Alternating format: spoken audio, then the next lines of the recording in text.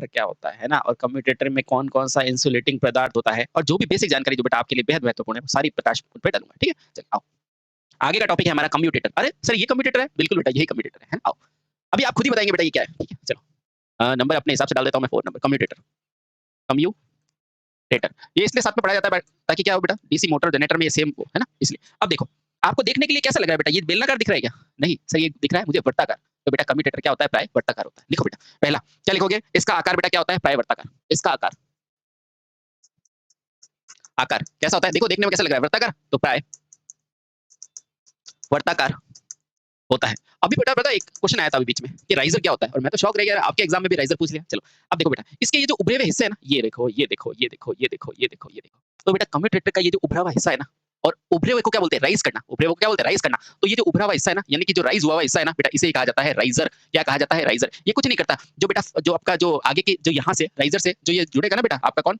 Carbon brush, तो बेटा उसको थोड़ा सा सपोर्ट प्रदान करता है, उसके फिसलन में सपोर्ट प्रदान करता है। तो बेटा ये इसे का पूछा था, तो कम्यूटेटर का जो उभरा हुआ हिस्सा क्या कहलाता है बेटा? राइजर। ये पूछा था, लिखना बेटा। तो क्या लिखोगे यहाँ पर? कम्यूटेटर का कम्यू, क्योंकि हर बिंदु को पढ़ो बेटा, कम्यूटेटर के उभरे हुए भाग को क्या बोलते हैं बेटा? राइजर कहते हैं। क्या कहते हैं? राइजर कहते हैं। ठीक है, कहते हैं। अच्छा, इसका कार्य क्या होता है? थोड़ा सा इसका कार्य बेटा, इसका कार्य क्या होता है? कम्यूटेशन का, कम्यूटेशन को इंप्रूव करना। तो इसका कार्य क्या है? प्रॉपर कम्यूटेशन प्रदान कराना। कम्यूटेशन क्या होता है सब बताऊंगा बेटा, डोंट वरी, है ना, चैप्टर में सब बताएंगे। अभी सिर्फ पार्ट्स का ध्यान रखो। इसका कार्य क्या है? प्रॉपर यानी कि अच्छे तरीके से आपको ये भी बताएंगे, यहाँ डीसी सप्लाई दोगे, एसी दोगे, वो सब बताएंगे, तरीके से कम्यूटेशन प्रदान करता। अब कम्यूटेटर है तो क्या करेगा? कम्यूटेशन देगा, है ना, तो कम्यूटेशन प्रदान करना होता है, थोड़ा सा मैं हिंट देता हूँ, करना होता है। अब कम्यूटेशन का मतलब क्या है? जो आपकी जनरेट हो रही है एसी, उसको अच्छे से आगे डीसी में भेज देना, यानी कि एक दिशीय बना देना, और जो बाहर से ले रहे हो एसी, उसको डीसी में कर देना, यानी कि एक दिशीय बनाने का कार्य क्या कहलाता है बेटा? कम्यूटेशन, है ना। फिर आगे चल के स्पार्किंग वगैरह वो सारी चीजें पढ़ेंगे। ठीक है, अब सवाल आता है, अच्छा सर ये कम्यूटेटर बना हुआ किसका होता है? तो मुझे बताओ, ये कम्यूटेटर घूमेगा तो इस पे बल लगेगा, है ना, तो इसको आप मजबूत बनाना चाहते हो या कमजोर? सर ये क्या बात कर ली, मजबूत बनाना चाहते हैं, बहुत अच्छा।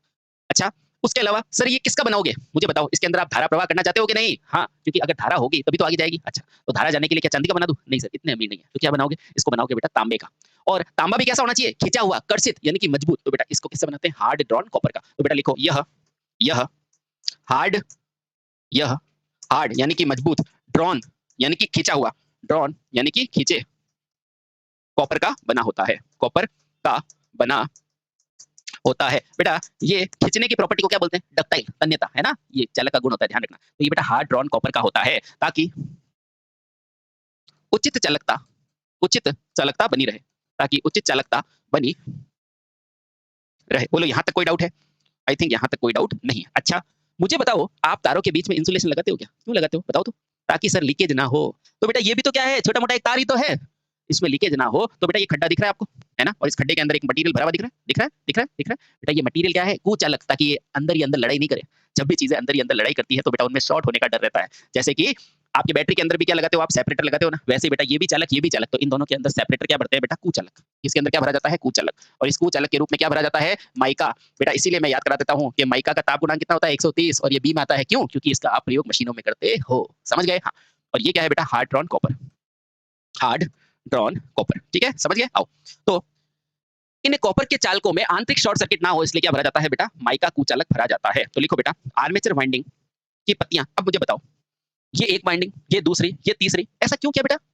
लैमिनेटेड क्यों किया? इसका मतलब क्या है? लैमिनेटेड यानी वही एडी करंट को कम करने के लिए। बहुत सही। और बेटा इसको एक दूसरे से कैसे जोड़ते हो? सोल्डिंग पड़ी है? हाँ, तो बेटा एक दूसरे से कैसे जोड़ा जाता है? सोल्डरिंग से। तो लिखो बेटा, इन आर्मेचर वाइंडिंग की, यानी कि इस आर्मेचर, इन कम्यूटेटर वाइंडिंग की जो पत्तियां होती है ना, वो एक दूसरे से सोल्डर से जुड़ी होती है। ठीक है, बहुत सही। चलिए, बहुत सही। इन पत्तियों के मध्य, इन पत्तियों के, देखो बेटा, इन कम्यूटेटर की पत्तियों के मध्य, कम्यूटेटर की पत्तियों के मध्य, पत्तियां क्यों रखते हैं बेटा?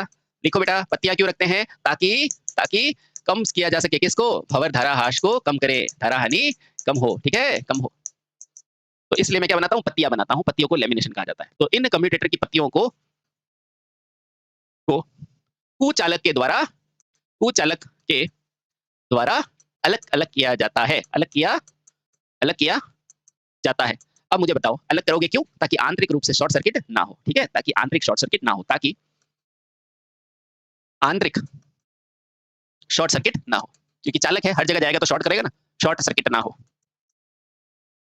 ठीक है, अब इन कुचालक के रूप में क्या भरते हो? तो बेटा इस कुचालक के रूप में आप क्या भरते हो? माइका। सर ये माइका कोई विशेष है क्या? बिल्कुल विशेष है, इधर आओ। इस कुचालक के रूप में, इसके कुचालक के रूप में बेटा क्या भरा जाता है? माइका। क्यों भरा जाता है सर? अभी बताते हैं। माइका भरा जाता है, ठीक है। माइका के लिए क्या ध्यान में रखोगे बेटा? रट लो इस चीज को। इसका इसका सुरक्षित तापमान, सुरक्षित तापमान कितना होता है बेटा? 130 डिग्री सेंटीग्रेड होता है, तक होता है। तथा तथा होता है, तथा यह कौन से कुचालक में आता है? तथा यह कक्षा या वर्ग, वर्ग बी कुचालक में आता है। वर्ग, ये भगवान फिर से ऐसे याद आया? हाँ, वर्ग बी कुचालक में आता है। अच्छा, आता है। सर ये तो मुझे समझ में आ गया कि कुचालक को भरते हैं। अच्छा, तो अब मुझे बताओ इस माइका में ऐसा क्या है? कुचालक तो पेपर भी है, कुचालक तो वो भी है, पॉरेफिन वैक्स भी है, कुचालक तो मेरा तेल भी है। इसमें ऐसा क्या था बेटा? कुचालक क्या होता है? कुचालक सर वो होता है जिसके अंदर धारा का भी प्रवाह नहीं होता, ऊष्मा का भी नहीं होता। बेटा वही चीज, ये एक अपवाद है कुचालक का। इसके अंदर ये विद्युत का तो क्या है? ये विद्युत का तो कुचालक है, लेकिन ऊष्मा का चालक है, यानी कि कंडक्शन बना रहता है बेटा, इसलिए इसको काम में लिया। ठीक है, इसलिए हर चमकती चीज सोना नहीं होता, ध्यान रखा करो। तो बेटा इसको इसलिए लिया क्योंकि यह क्योंकि माइका माइका क्या है बेटा? कुचालकों का अपवाद है, कुचालकों में अपवाद है। ध्यान रखना बेटा, पूछा जाता है यह विद्युत का तो क्या होता है? कुचालक होता है। यह विद्युत का तो क्या होता है बेटा? कुचालक होता है, कुचालक होता है।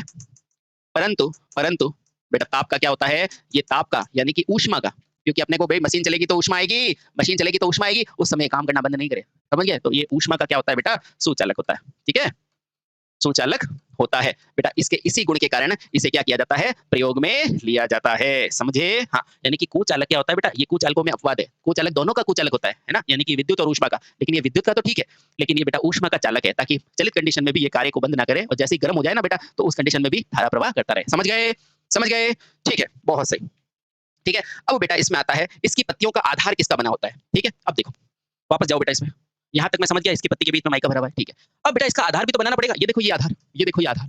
अच्छा सर, ये क्या कहलाता है? ये आधार कहलाता है। अच्छा सर, मैं आधार किसका बनाऊंगा? तो आधार भी आप कुचालक का बनाओगे। क्यों बनाओगे? क्योंकि कुचालक के बीच में क्या है बेटा? फिर से ये शाफ्ट लगी हुई है, तो फिर से शॉर्ट सर्किट हो सकता है, हो सकता है। तो बेटा इसका आधार किसका बनाया जाता है? बैकेलाइट का। तो बेटा ये क्वेश्चन ध्यान रखना, क्या ध्यान रखोगे? कि पत्तियों पर बैकेलाइट कसा जाता है ताकि कुचालकता बनी रहे। बेटा ये इंपॉर्टेंट है, ध्यान रखना। क्या लिखोगे? किसकी पत्तियों पर? कम्यूटेटर की। इंपॉर्टेंट है बेटा, ध्यान रखना। कम्यूटेटर की पत्तियों पर अतिरिक्त सुरक्षा के लिए, यानी कि एक्स्ट्रा सुरक्षा के लिए, अतिरिक्त सुरक्षा के लिए बैकेलाइट कसा जाता है। क्या ये बैकेलाइट भी बेटा कुचालक है ना? ध्यान रखना, बैकेलाइट कसा जाता है, कसा जाता है। अब बताओ बैकेलाइट क्यों कसोगे? जल्दी से बताओ। क्योंकि बेटा कितना भी ज्यादा ऊष्मा ले हो, उसको ज्यादा फर्क नहीं पड़ता है, इसलिए बैकेलाइट लिया है। इसलिए मैंने पहले आपको कुचालक पढ़ाया था। ठीक है, हाँ। अब देखो बैकेलाइट कसा जाता है ताकि ताकि क्या हो बेटा? लीकेज धारा ना प्रवाहित हो, ताकि लीकेज धारा यानी कि इधर उधर फालतू की धारा खर्च ना हो। बेटा फालतू की धारा क्या बोला जाता है? लीकेज धारा। ताकि लीकेज धारा, ताकि लीकेज धारा प्रवाहित, ताकि लीकेज धारा प्रवाहित ना हो। बेटा ये बेहद इंपॉर्टेंट पॉइंट है, ध्यान रखना, ताकि लीकेज धारा का प्रवाह ना हो। ठीक है। अब बेटा इसका प्रमुख कार्य क्या है? इसका प्रमुख कार्य क्या है? तो अब कार्य पढ़ते हैं। ठीक है, हाँ, अब सारे पॉइंट आ गए। अब लिखो बेटा कार्य। अब इसका कार्य, अच्छा तो मुझे पता है इसका कार्य किस में? इसका कार्य बेटा डीसी मशीन में। इसका कार्य डीसी मशीन में। इसका कार्य किस में बेटा? डीसी मशीन में। अच्छा सर, डीसी मशीन तो आपने बताया दो होती है, तो अभी भी यही बता रहा हूँ, दो होती है। लिखो बेटा इसका कार्य बेटा किस में? या तो आपका इसका कार्य होगा डीसी जनित्र में। किस में होगा बेटा? डीसी जनित्र में। ठीक है, या फिर बेटा इसका कार्य क्या होगा? डीसी मोटर में। किस में होगा बेटा? डीसी मोटर में। देखो एक ही सेकंड में याद कर दूंगा बेटा, देखना ना, जादू देखना, बहुत आसान, बहुत आसान। देखो फिर से वही चीज सिखाऊंगा, देखना बहुत आसान हो जाएगा। ये क्या है बेटा? आपकी मशीन है। ठीक है, अब ये जनित्र कर रही है, क्या कर रही है बेटा? विद्युत ऊर्जा जनित्र करती है। ठीक है, अच्छा तो यहां से करोगे बेटा, तो इसने क्या किया बेटा? विद्युत ऊर्जा को जनित्र किया। अब मैंने ये एक पॉइंट लिखा था बेटा, गोल्डन पॉइंट। दुनिया की कोई भी मशीन हो, यहाँ लिखना बेटा हार्ट लगा के, ठीक ना? दुनिया में कोई भी मशीन हो, दुनिया में कोई भी मशीन हो, कोई भी मशीन हो बेटा, उत्पन्न क्या करेगी? मशीन हो उत्पन्न क्या करेगी? हमेशा एसी ही करेगी। उत्पन्न एसी ही करेगी, एसी ही करेगी, है ना? जब मशीन को मैं पढ़ाऊंगा ना बेटा, बताऊंगा क्यों करेगी। ठीक है, उत्पन्न एसी ही करेगी, नंबर एक बात। अब इसने क्या उत्पन्न किया बेटा? एसी उत्पन्न किया, यानी कि ये क्या है? जनित्र, यानी कि इसने जनरेट क्या किया बेटा? एसी। अच्छा अब इसका नाम क्या है? इसका नाम है सर डीसी, यानी कि ये बाह्य परिपथ में क्या भेज रही होगी? डीसी। देखो बेटा, यानी कि आउटपुट में मुझे क्या दे रखी होगी? आउटपुट में मुझे डीसी दे रहा है, डीसी दे रहा है। ठीक है, यानी कि इसने डीसी जनित्र में क्या किया? डीसी जनित्र में इसने एसी को किस में बदल दिया? एसी को किस में बदल दिया बेटा? डीसी में बदल दिया। बताओ एसी को डीसी में बदलना क्या कहलाता है? रेक्टिफायर नहीं कहलाता? बिल्कुल। अब देखो बेटा ये क्या कहलाता है? रेक्टिफायर। तो यहाँ लिखो पहले रेक्टिफायर। अब देखना बेटा, इसमें सिर्फ रेक्टिफायर से बात नहीं चलेगी। इधर आओ, आगे आओ, वापस पीछे आओ। बेटा ये रेक्टिफायर जो है, ये कम्यूटेटर जो है, क्या विद्युतिक रूप से जुड़ा है या सिर्फ कम्यूटेटर से टच हुआ है या आर्मेचर के शाफ्ट से? तो बेटा ये विद्युतिक रूप से नहीं जुड़ा हुआ है।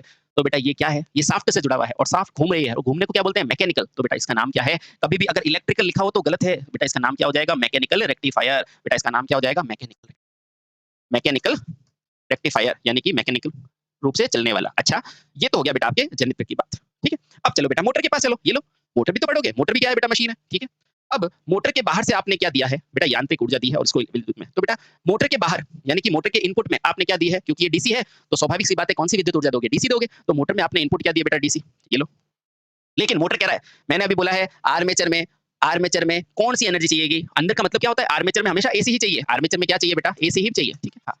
अब सुनो, अंदर तो उसे हमेशा एसी चाहिए, तो इसको कन्वर्ट करना पड़ेगा।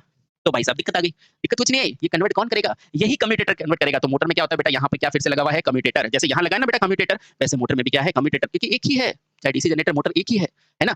तो यहाँ पर ये कम्यूटेटर क्या करो भैया, तो इसको मैं चेंज करूंगा, तो इसको इसने क्या कर दिया? डीसी एसी में चेंज कर दिया। यानी कि फिर से इसने क्या किया? डीसी को, ये मशीन है M/C, यानी कि इसने फिर से डीसी को एसी में चेंज कर दिया। अब आप सभी को पता है डीसी को एसी में कौन बदलता है? तो आप कहोगे इन्वर्टर। कौन करता है? इन्वर्टर। तो बेटा इसको इन्वर्टर कह दे। रुको, इसको क्या कहेंगे? इन्वर्टर। अब फिर से वही बात बेटा, ये इन्वर्टर क्या विद्युत रूप से है? नहीं, ये भी मैकेनिकल रूप से है। तो बेटा इसे क्या कहा जाता है? Mechanical inverter. जब मैं समझाऊंगा तो आपको सब समझ में आ जाएगा। Mechanical inverter. तो बेटा ये दो डाउट हमेशा रहते हैं कि डीसी जनित्र में क्या होता है? एज अ मैकेनिकल रेक्टिफायर की तरह कार्य करता है, और डीसी मोटर में एज अ मैकेनिकल इन्वर्टर। समझ में आया? आ गया। अब सुनो, इसीलिए बेटा एक फेमस पॉइंट है कि डीसी की मशीन को पहचान किससे किया जाता है? जैसे हिंदुस्तानी की पहचान किससे होती है? एक आदर्श आदमी से। ठीक है, उसी तरह बेटा ये डीसी की पहचान किससे होती है? वो इसी कम्यूटेटर से होती है। इसी कम्यूटेटर को देख के आप मशीन को पहचान सकते हो कि ये डीसी मशीन है ना? हाँ, ठीक है, इसलिए कहते हैं बेटा सितारों के आगे जहान और भी है। तो लिखो बेटा, अतः अतः अब स्पष्ट हो गया है कि, स्पष्ट होता है कि कम्यूटेटर कम्यूटेटर कम्यूटेटर को देखकर हम डीसी मशीन की क्या कर सकते हैं बेटा? पहचान कर सकते हैं। ध्यान रखना बेटा, पहचान कर सकते हैं। ठीक है, हाँ, सकते हैं। ठीक है, हाँ। अब बेटा यही कम्यूटेटर क्या कहलाता है? दृष्टि कारक कहलाता है। इसको हिंदी में क्या बोला जाता है? दृष्टिकारी। तो बेटा इसी कम्यूटेटर का हिंदी में नाम क्या होता है? कम्यूटेटर को हिंदी में क्या बोलोगे बेटा? हिंदी में बोलोगे दृष्टकारी। ठीक है, क्योंकि कहीं ना कहीं ये डिस्ट के साथ काम कर रहा है, डीसी के साथ काम कर रहा है, तो डिस्टकारी कहते हैं। सारी चीजें समझ में आ रही है? सारी चीजें समझ में आ रही है। मैं पूरी तरह से एक आश्वस्त महसूस कर रहा हूँ। ठीक है, बहुत सही। ठीक है, चलिए अब बेटा इसमें एक इंपॉर्टेंट है कि कम्यूटेटर का ऊपरी भाग क्या कहलाता है? राइजर कहलाता है। याद रखना, बेहद इंपॉर्टेंट भाग है। ठीक है, ठीक है। अब देखो, मुझे बताओ इसकी पत्तियां जो होती है, ये देखो यहाँ पे, ये भी लिखो बेटा। ये क्या है मेरा? कम्यूटेटर। ये क्या है? ओहो, कहाँ चला गया कम्यूटेटर? ये रहा। ओहो, ये रहा बेटा। ये कम्यूटेटर की पत्तियां बेटा आपको कोई ऐसे नहीं दिख रही है वी शेप में? कम्यूटेटर की पत्तियां आपको वी शेप में नहीं दिख रही इस तरह से, इस तरह से। क्यों? ऐसा क्यों? क्योंकि बेटा कम्यूटेटर पे वाइंडिंग होती है। यहाँ ये वाइंडिंग अभी केंद्रीय बल से बाहर ना निकल जाए, इसलिए बेटा क्या होती है? वी प्रकार की होती है, मतलब इस प्रकार की होती है। ठीक है, तो लिखो बेटा, यहाँ पर सिंपल बहुत इंपॉर्टेंट है बेटा, आर्मेचर की पत्तियां कैसी होती है बेटा? इसकी पत्तियां क्या होती है बेटा? थोड़ी सी वी आकार की होती है, ताकि ये क्या है? सेटल हो जाए। ठीक है, तो बेटा यहाँ पे एक पॉइंट और लिख दो। पत्तियों को थोड़ा सा बेटा क्या बनाया जाता है? वी आकार का बनाया जाता है। वी आकार का बनाते हैं। ये थोड़ा एक्स्ट्रा पॉइंट है, ध्यान रखो बेटा। पत्तियों को थोड़ा सा वी आकार का बनाते हैं, ताकि मशीन जब घूमे तो अपकेंद्रीय बल से बाहर ना जाए, ताकि मशीन जब गति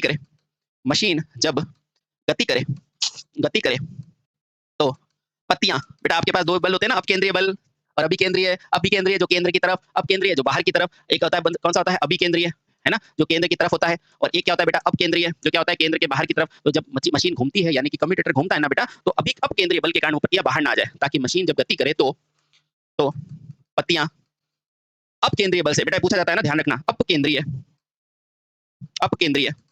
बल से बाहर, अपकेंद्रीय बल के द्वारा बाहर ना आ जाए। बेटा ये बेहद इंपॉर्टेंट पॉइंट है। आपको पूछा जाता है कि पत्तियों को थोड़ा सा वी आकार का क्यों बनाया जाता है? बेटा पूछ सकते हैं। याद रखना, वी आकार का इसलिए बनाते हैं ताकि जब मशीन गति करे तो अब केंद्रीय बल से बाहर ना आ जाए। ठीक है, समझ गए? तो ध्यान रखना बेटा, ये बेहद इंपॉर्टेंट है। ठीक है, ठीक है, बहुत सही। अच्छा सर, ये बता दो हमें फाइनली कि ये जो हमारे पत्तियां हैं, इनकी संख्या कितनी होती है? अरे भैया मुझे बताओ, ये मैं कौन बनाएगा? आर्मेचर। तो बेटा आर्मेचर की पत्तियों के बराबर होगा। लिखो तो बेटा, क्या लिखोगे इसमें लिखोगे, क्या लिखोगे? जो कठोर कर्षित तांबे है उसकी पत्तियां सदैव, क्या लिखोगे बेटा? कठोर कर्षित, क्या लिखोगे? कठोर कर्षित तांबे के, कठोर कर्षित, या ऐसे सीधा लिखो ना बेटा, कम्यूटेटर कम्यूटेटर की पत्तियों की संख्या है ना, इंपॉर्टेंट है बेटा, कि पत्तियों की संख्या, पत्तियों, अब पत्तियां क्यों बनाई है पता है ना, हाँ इससे ध्यान रखो बेटा एक एक चीज का, कम्यूटेटर की पत्तियों की संख्या किसके बराबर होती है भाई, ईएमएफ कौन आएगा, आर्मेचर, तो आर्मेचर के बराबर होती है, आर्मेचर की, आर्मेचर की क्या वाइंडिंग के, आर्मेचर की क्या वाइंडिंग के, हाँ बिल्कुल आर्मेचर की कॉइल के बराबर होती है, क्योंकि वहां से तो ईएमएफ आएगा ना, हाँ कि कॉइल के बराबर होती है, सिंपल सी बात है भाई, जितना ईएमएफ देगा वही तो आगे भेजेंगे, होती है, समझ गए, तो बेटा ये ध्यान रखना, छोटी छोटी चीजें हैं, बड़ा मोटी बातें हैं, ध्यान रखना, ठीक है, बहुत सही है, ठीक है। और बेटा एक और है, जो आर्मेचर का उभरा भाग होता है ना, उसे राइजर कहते हैं, यहाँ थोड़ा सा ये हो गया, राइजर कहीं लिखाया था मैंने, बहुत सही, हाँ कहाँ गया, तो बेटा ये जो भाग जो आर्मेचर का कनेक्ट होता है ना, उसे राइजर कहते हैं, ठीक है। तो देखो यहाँ थोड़ा सा कर दो बेटा, आर्मेचर का,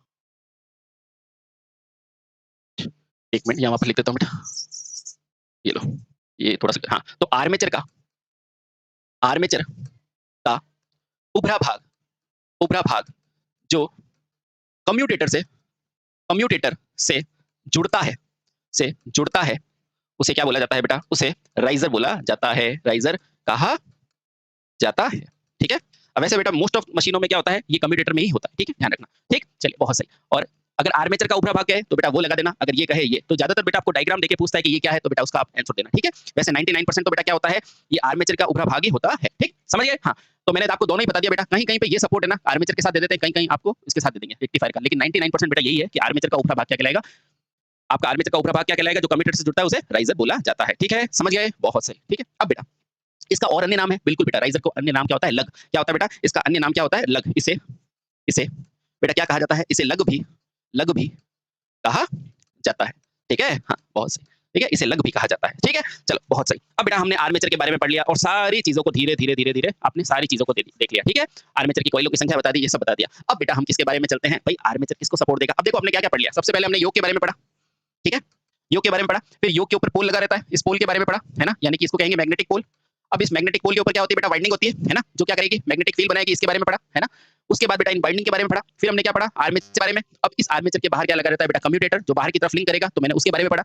ये कम्यूटेटर जो होगा ना बेटा, इस तरह से यहाँ पे लगे रहते हैं, यहाँ कम्यूटेटर, ये आर्मेचर है, ये कम्यूटेटर, यहाँ पे क्या लगोगे, ब्रश लगेंगे। अब बेटा अपन क्या करेंगे, ब्रश के बारे में पढ़ेंगे, और ये कम्यूटेटर क्या करेगा, गोल भाग होगा घूमने वाला कम्यूटेटर। अब बेटा ये क्या है कि ब्रश, इसके बाहर क्या लगा हुआ है, ब्रश लगा हुआ है, तो अब हम ब्रशों के बारे में बात करेंगे, ठीक है। हम ये सारी चीजें अच्छे से पढ़ चुके हैं, ठीक है, चलिए बहुत सही।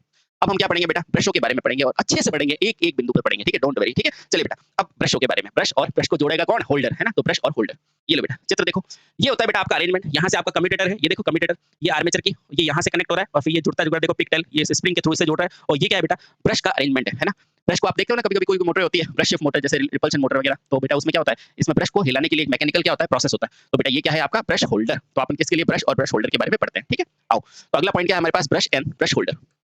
ब्रश और ब्रश होल्डर क्या होता है, ब्रश क्या होता है और ब्रश होल्डर क्या होता है, सिंपल सी बात है बेटा, ब्रश क्या होता है, जो आपको धारा को कलेक्ट करने के लिए रेक्टिफायर के साथ जुड़ा रहता है, ठीक है, डायरेक्ट नहीं, क्योंकि ब्रश स्थिर होता है, ध्यान रखना।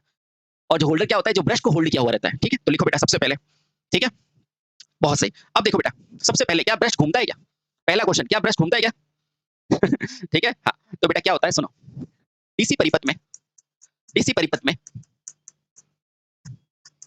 एक दिशीय, एक दिशीय, एक दिशीय धारा, अभी मैंने बताया ना बेटा, अंदर क्या उत्पन्न करेगा एसी और बाहर क्या देगा हमें, डीसी देगा, है ना। तो एक दिशीय धारा प्राप्त करने के लिए, धारा प्राप्त करने के लिए, करने के लिए, करने के लिए एक ग्रुप होता है, एक समूह काम करता है, एक समूह होता है, एक समूह होता है। अब कौन सा समूह होता है, बिल्कुल बताते हैं बेटा। ये समूह क्या होता है बेटा, ये समूह कुछ नहीं होता, इसके अंदर क्या होता है बेटा, एक तो होता है कम्यूटेटर, कम्यूटेटर, और बेटा एक क्या होता है आपका ब्रश, क्या होता है ब्रश। अब होता तो बेटा ये पूरा ग्रुप है, जो ये दोनों मिला के एसी से डीसी बदलने का कार्य करते हैं, लेकिन बेटा होता क्या है, इसमें पहला भाग जो होता है वो मेरा क्या होता है, कम्यूटेटर मेरा कैसा भाग होता है, एक घूर्णीय भाग होता है, यानी कि घूमता है। लेकिन ब्रश क्या होता है बेटा, ये मेरा वो भाग है जो इस पूरी प्रक्रिया में क्या रहता है, स्थिर रखा जाता है, स्थिर रहता है बेटा, ध्यान रखना, समझ में आया। तो इस भाग के बारे में अपन बात कर चुके हैं। अब इसमें जो पार्ट मेरा स्थिर रहता है ना, उसके बारे में, इसका काम क्या है, एक दिशा धारा प्राप्त करना, ठीक है, ठीक है, एक दिशा धारा को प्राप्त करना। चलिए बहुत सही। पहला क्वेश्चन तो यही होता है बेटा, मुझे बताओ दिक परिवर्तन में ये बंधता किसका है, तो सामान्यतः बेटा इसका किसका बनाते हो आप, इसको सामान्यतः बनाते हैं कार्बन का। क्यों बनाते हैं 2 मिनट में बताऊंगा, ठीक है। चलिए बहुत सही। तो विद्युत मशीनों में नर्म विद्युत की एक युक्ति होती है बेटा, इसे जोड़ने के लिए ये एक पार्ट होता है जिसमें ब्रश के बारे में हम पढ़ेंगे, ठीक है। चलो बेटा, चलो ये लो ब्रश, ये क्या है बेटा, ब्रश। अच्छा सबसे पहले क्या ब्रश घूमता है, नहीं बेटा ब्रश घूमता नहीं है, ठीक है, बहुत सही। ब्रश किसका बना होता है, तो ब्रश सामान्यतः, सामान्यतः बेटा किसका बना होता है, कार्बन का बना होता है, कार्बन का बना होता है, ठीक है। अब देखना आपके सारे डाउट अभी दूर होंगे। आपने ये पढ़ा है ना बेटा, छोटी मशीनों के अंदर ब्रश कार्बन का होता है और बड़ी के अंदर कॉपर का होता है। क्यों होता है बताओ? क्योंकि बेटा ये क्या है, इनडायरेक्टली डीसी जनरेटर से जुड़ा हुआ रहता है। अपन ये चाहते हैं कि मशीन के अंदर ज्यादा टूट फूट ना हो, है ना, इसलिए बेटा कार्बन का बनाते हैं, ठीक है। और बड़ी मशीन तो वैसे ही ज्यादा पैसे की होती है, तो इसमें क्या बना देते हैं, फिर कॉपर का बना देते हैं, ठीक है। तो ये कारण होता है, ठीक है। तो लिखो बेटा, क्या लिखोगे इसके अंदर, ये लिखोगे बेटा, दिक् परिवर्तक में ज्यादा टूट फूट ना हो। देखो बेटा, कार्बन का क्यों होता है, तो कार्बन का बनाने का कारण क्या है, ये है बेटा, देखो कार्बन का ब्रश बनाने का मुख्य कारण क्या है, मुख्य कारण यह है कि जो आपका दिक् परिवर्तक है, यानी कि कम्यूटेटर है, कम्यूटेटर में क्या हो, कम्यूटेटर में बेटा क्या हो, ज्यादा टूट फूट ना हो, टूट फूट ना हो, क्योंकि वो घूमते घूमते कनेक्ट करता है ना भाई, कम्यूटेटर घूम रहा है, आपका ब्रश ये बार बार कनेक्ट कर रहा है, तो बेटा ये ज्यादा से क्या है, इसमें टूट फूट ना हो, है ना, इसलिए कम्यूटेटर घूम रहा है और ये क्या है, ये स्थिर है ना बेटा, तो इसके अंदर ज्यादा घूमते घूमते टूट फूट ना हो, इसके लिए बेटा क्या है, ये कार्बन और ये कम्यूटेटर, ठीक है। तो टूट फूट ना हो, अतः अतः मेरा ब्रश किसका बनता है बेटा, ब्रश किसका बनता है हमेशा, या तो कार्बन का बनेगा या किसका बनेगा बेटा, ग्रेफाइट का बनेगा, ठीक है। हाँ, ग्रेफाइट का बनता है, ठीक है, बनता है। और तांबे का क्यों नहीं, क्योंकि तांबा क्या होता है, थोड़ा सा मजबूत होता है ना, तो वो बाधा पहुंचाता है, ठीक है। हाँ, बहुत सही। अब इसकी और क्या विशेषता है बेटा, और तांबा क्या होता है बेटा, ये आपका ब्रश क्या होता है, ब्रश में एक प्रॉपर्टी होती है बेटा, जिसको कहते हैं ब्रश क्या है, सेल्फ लुब्रिकेटिंग की प्रॉपर्टी होती है। इसके अलावा सेकंड पॉइंट क्या है, ब्रश में बेटा क्या होती है, सेल्फ लुब्रिकेटिंग। अभी बताते बेटा, सेल्फ, ब्रश में सेल्फ यानी कि स्वतः स्वतः लुब्रिकेटिंग, लुब्रिकेटिंग लुब्रिकेटिंग का मतलब क्या होता है, तेलीय गुण होता है, यानी कि उसमें ऑटोमेटिकली अपन भाई कोई सूखा बनाता है तो तेल नहीं लगाते, हाँ, तो बेटा सेल्फ लुब्रिकेटिंग तेलीय गुण होता है, सेल्फ लुब्रिकेटिंग गुण होता है, ठीक है। उसके अलावा भाई ये अधातु है तो नरम है, तो यह नरम होता है, यह नरम भी होता है, तो बेटा ये सबसे ज्यादा गुण पूछे जाते हैं, समझे, इसलिए इसलिए हर चीज पढ़ा करो बेटा, ध्यान रखो, ठीक है। और ये तांबे की तुलना में क्या होता है, और कार्बन क्या होता है बेटा, कार्बन होता है ना बेटा, तांबे की तुलना में मुलायम होता है, तांबे की तुलना में बेटा क्या होता है, मुलायम होता है। और ये मुलायम है तो क्या करेगा बेटा, मुलायम होता है तो कम्यूटेटर को ज्यादा प्रभाव नहीं पहुंचाएगा, तो कम्यूटेटर को ज्यादा प्रभावित नहीं करता है, ठीक है। नहीं करता है, ठीक है। हाँ। उसके अलावा बेटा कार्बन क्या है, एक उसके अलावा बेटा कार्बन क्या है, जल्दी से बताओ कार्बन क्या है बेटा, एक ऋणात्मक ताप गुणांक वाला है। लिखो बेटा कार्बन क्या है, सबसे पहले कार्बन बेटा क्या है, एक अधातु है, कार्बन क्या है, एक अधातु है, ठीक है। कार्बन अधातु है, कार्बन एक अधातु है ना, अधातु है। और अधातु क्या होती है, जो इलेक्ट्रॉनों को ग्रहण करती है, यानी कि बेटा क्या, इसका ताप गुणांक क्या होती है, अधातु है तथा इसका ताप गुणांक क्या है, इसका ताप गुणांक कैसा होता है बेटा, इसका ताप गुणांक होता है ऋणात्मक, नेगेटिव, इसका ताप गुणांक क्या होता है, ऋणात्मक यानी कि नेगेटिव होता है। अब सुनना बेटा, इस ऋणात्मक ताप गुणांक का मतलब क्या होता है, इसका मतलब ये है कि अगर किसी भी कारण मोटर चलने पर ताप बढ़ा ना, तो बेटा ये प्रतिरोध को घटा देता है, तो प्रतिरोध जैसे ही घटेगा तो जी मतलब चालकता, चालकता क्या हो जाती है, बढ़ जाती है, और बेटा मेरी मशीन मस्त काम करती रहती है, आगे धारा प्रवाह करती रहती है, चालकता ज्यादा होती है, समझ गए, होती है। इसलिए बेटा हर चीज को लाइन से पढ़ो, बहुत अच्छा हो जाएगा आपका कोर्स, ठीक है। हाँ, समझ गए, बहुत अच्छे, ठीक है। हाँ, लेकिन तांबे में क्या होता है, तांबे में धनात्मक गुण होता है जो इसके विपरीत होता है, तो ये भी ध्यान पड़ गया आपको, है ना, बहुत अच्छे, चल बहुत से। अब मेरा क्वेश्चन ये आता है बेटा, इस ब्रश होल्डर को रोकते कैसे हैं, तो बेटा आवश्यक जगह पर ब्रश को रोकने के लिए बेटा क्या लगाया जाता है, ब्रश होल्डर लगाया जाता है, ये सभी जानते हैं, ब्रश होल्डर लगाते हैं, ठीक है। चलिए, अब ब्रश को रखना कहाँ चाहिए, तो बेटा आपको मैंने मैग्नेट में क्या पढ़ाया था, कि ब्रश हमेशा कहाँ होना चाहिए, एमएनए पर। बेटा एमएनए अपने घर की बात है, एमएनए क्या होती है भाई, दो पोलों के बीच की जो निकलती है उसको क्या बोलते हैं, चुंबकीय अक्ष, उसके 90 डिग्री पर होता है एमएनए, है ना। तो ब्रश को बेटा प्रैक्टिकली अपन कहाँ रखते हैं, जीएनए पे, लेकिन बेटा क्वेश्चन आजकल यही पूछता है, तो आप यही ध्यान रखना बेटा, ब्रश को हमेशा कहाँ रखोगे, एमएनए पर रखोगे। तो लिखो बेटा ब्रश सदैव, इंपॉर्टेंट, ब्रश सदैव बेटा कहाँ रखना चाहिए, एमएनए, यानी कि ये सब पढ़ा चुका हूं बेटा, मैग्नेट ढंग से पढ़ना, चुंबकीय उदासीन, अब बेटा जब मैं आर्मेचर की रिएक्शन पढ़ाऊंगा आपको बहुत अच्छा लगेगा, चुंबकीय उदासीन अक्ष पर रखा जाता है ना, रखा जाता है, ठीक है। पर आगे मैं लिख देता हूँ थ्योरेटिकली, है ना, वैसे बेटा आंसर यही लगाना क्योंकि यही मानते हैं एग्जाम में, ठीक है। हाँ, ध्यान रखना, ठीक है। ब्रश सदैव बेटा कहाँ रखोगे आप, चुंबकीय उदासीन के अनुदिश रखते हो, चुंबकीय उदासीन अक्ष के अनुदिश रखते हो। अब ये ब्रश का कार्य क्या होता है, तो ब्रश बेटा क्या करता है, कम्यूटेटर से फिसलता हुआ संबंध स्थापित करता है, यानी कि कम्यूटेटर जैसे फिसलेगा उससे संबंध बना देगा, ठीक है। तो बेटा एक क्वेश्चन पूछा जाता है, तो ध्यान रखना बेटा, यूं के यूं पूछेगा, ब्रश का कार्य बेटा क्या होता है, कम्यूटेटर से कैसा संबंध बेटा, ये वर्ड ध्यान रखना बेटा, फिसलता संबंध यानी कि स्लाइडिंग रिलेशन, फिसलता यानी कि फिसलता संबंध बनाता है, संबंध बनाना होता है बेटा। ये सारी चीजें पढ़ोगे तो आपको मोटर आंखों के सामने दिखने लगेगी, ठीक है कि आखिर ये कार्य हो क्या रहा है। समझ गए? बहुत सही। और बेटा लास्ट के अंदर एक पॉइंट ध्यान रखना, जितनी भी छोटी मशीन है उसमें आप क्या बना दोगे, कार्बन का। क्यों? क्योंकि छोटी मशीन है तो स्वाभाविक तौर पर उनका खर्चा भी क्या होगा, कम होगा। बड़ी मशीन है तो क्या होगा बेटा, उसका खर्चा ज्यादा होगा। तो लिखो बेटा ब्रश छोटी मशीनों में, है ना। वैसा ऐसा कोई जरूरी नहीं है, पर अब क्वेश्चन पूछता है तो अपने को याद करना पड़ेगा बेटा। छोटी मशीनों में किसके बनाओगे, कार्बन के, है ना, कार्बन के। और बड़ी मशीनों में किसके बनाओगे बेटा, बड़ी मशीनों में बेटा किसके बनाओगे आप, कॉपर के बनाओगे, ठीक है, कॉपर के बनाओगे। ठीक, ये क्या है बेटा, ब्रश। अच्छा, बहुत सही, बहुत सही, ठीक है, हाँ, बहुत सही। अब देखना बेटा, इसके बाद कुछ इंपॉर्टेंट, वैसे तो बेटा सबके डेटा अलग अलग है, लेकिन निम्मी के आधार पर आपको एक टेबल को याद करना है। मैं बताऊंगा वो डेटा याद रखना, बस उससे ज्यादा मत करना, ठीक है। आ जाओ, तो देखो, आ जाओ, ब्रश किस किस का बनेगा उसकी टेबल ये लो। वो टेबल कहाँ चली गई, आधार पर। इन ब्रश को रखने के लिए बेटा निम्मी के आधार पर एक थोड़ा सा डेटा है, वो मैं आपको लेके आया हूँ, आप बस उसको ध्यान रखना। तो बेटा यहाँ पे लिखता हूँ निम्मी आधारित डेटा, निम्मी आधारित डेटा, है ना। तो बेटा वो ध्यान रखना, ब्रश से रिलेटेड कुछ डेटा है, लेकिन मैं कहूँ वो याद रखना बेटा, है ना। उसके ब्रश का क्या होना चाहिए बेटा, एक पर्टिकुलर दबाव होना चाहिए, और कितनी धारा सहन कर रखा है उसका कुछ मात्रक होना चाहिए, ठीक है। मैं बताता हूँ, डोंट वरी, बहुत आसान है। देखो, ये देखो बेटा, ये या तो ब्रश के रूप में आप क्या यूज करोगे, सॉफ्ट ग्रेफाइट या कार्बन या इलेक्ट्रो ग्रेफाइट या कॉपर, ठीक है। ये बड़ी मशीनों में होता है, ये छोटी मशीनों में होता है, ठीक है। बेटा आपको ध्यान क्या रखना है, मैं बता रहा हूँ, आपको ध्यान रखना है ये 9, ठीक है, समझ गए, 9, और कार्बन में 5.5, ठीक है। अब ये क्या है बेटा, अधिकतम धारा घनत्व, यानी कि धारा जो है ना मेरे पास, यानी कि जो ब्रश के ऊपर जो धारा आ रही है ना, वो सेंटीमीटर स्क्वायर, यानी कि इतने क्षेत्र में 1 सेंटीमीटर में कितना दबाव दे रही है वो, ठीक है। तो बेटा इसमें क्या ध्यान रखना है, सॉफ्ट ग्रेफाइट के लिए 9, खत्म बात। कार्बन के लिए 5.5, खत्म बात। बेटा भरोसा मानते हो तो इतना याद करना, आंसर सही आएगा। कॉपर के लिए कितना होता है, 15 होता है, खत्म, हटाओ इसको, ठीक है बेटा। अधिकतम प्रतिरोध कभी नहीं पूछता बेटा, मत याद करना, ठीक है। अब आगे याद करो तो आपकी इच्छा है। कम्यूटेटर दबाव, अब मुझे बताओ, कम्यूटेटर का दबाव अब प्रतिरोध ही देगा, और प्रतिरोध भी क्या, दबाव किस में आता है बेटा, ओम प्रति क्षेत्रफल, यानी कि 1 सेंटीमीटर स्क्वायर पर कितना दबाव है। तो बेटा मैं कह रहा हूं, वैसे एक चीज याद रखो, एक तो कार्बन का याद करो कितना होता है, 0.22, है ना, और एक बेटा कॉपर का देखो 0.15, है ना। क्यों? क्योंकि कार्बन का प्रतिरोध क्या होगा, नेगेटिव है, और इसका पॉजिटिव, इसका थोड़ा सा, इसका क्या होगा बेटा, थोड़ा ज्यादा होगा, 0.22, इसका क्या है 0.1, खत्म बात। इतना याद करो, 0.1 इसका 0.2, है ना, ओम प्रति सेंटीमीटर स्क्वायर, ठीक। अब देखना बेटा, वोल्टेज ड्रॉप, कार्बन का कितना होता है बेटा, 2। अपन नॉर्मली जब न्यूमेरिकल सॉल्व करते हैं तो नहीं बोलते बेटा 2 कार्बन लगे हुए हैं, ब्रश लगे हुए हैं, तो उसका ड्रॉप कितना मानते हैं, 1 वोल्ट, है ना। तो बस क्या मानना बेटा, लगभग क्या है, 2 वोल्ट का ड्रॉप, है ना। और कॉपर का कितना है, क्यों? क्योंकि कॉपर चालक है, इसलिए इसका क्या हो जाएगा, 0.5, 0.25। बस याद होगी आपको टेबल। देखो मैं बताता हूँ, एक क्या याद रखना, धारा क्षमता, यानी कि धारा प्रति सेंटीमीटर स्क्वायर। सबसे पहले किसकी, सबसे पहले ग्रेफाइट की, कितनी, 9, ये देखो 9। कार्बन की 5.5, बस इतना याद करता हूँ मैं भी, और सर आप देख लो अगर पूरा याद करना है तो, ठीक है। A प्लस सेंटीमीटर, और कॉपर की कितनी है, 15, खत्म।